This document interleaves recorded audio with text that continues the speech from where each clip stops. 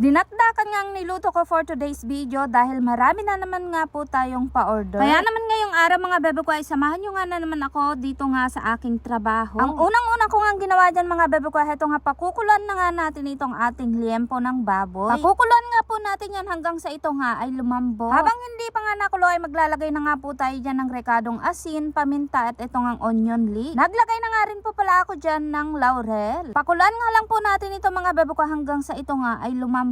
Sa mga puntong yan mga bebe ko ay hindi pa nga malambot itong ating liempo. Kaya naman pinakulan ko nga ulit ng konti at maya nga ay pagkalipas nga ng ilang minuto ay malambot na nga sa wakas itong ating liempo. Madali lang naman po itong palambutin dahil medyo bata pa nga itong ating karneng baboy. Kaya naman sa mga puntong yan mga bebe ko, heto at hinahango ko na nga itong ating pinakuloang liempo ng baboy. Kaya naman ang sumunod ko na ang ginawa dyan mga bebe ko, iihaw na nga natin itong ating liempo. Sa ganitong paraan ko na nga lang po iniihaw dahil konting ihaw lang naman